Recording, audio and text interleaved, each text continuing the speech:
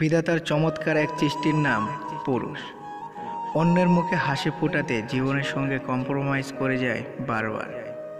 সে জীবন শুরু করে ছোট বোনকে নিজের চকলেট স্যাক্রিফাইস করার মধ্য দিয়ে, মা বাবার মুখে হাসি ফোটানোর জন্য স্যাক্রিফাইস করে তার স্বপ্নগুলো।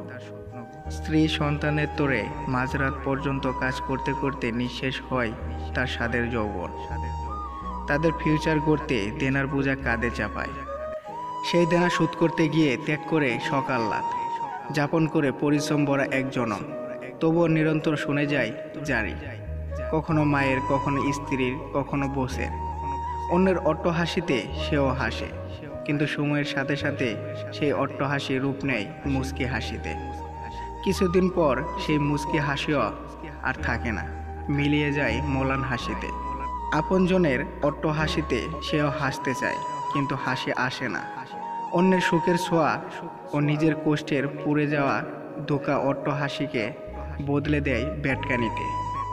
ব্যাটকানিতেও মানুষ ভুল বুঝে, চোখ টিপে বলে জুস মে হো কিয়া।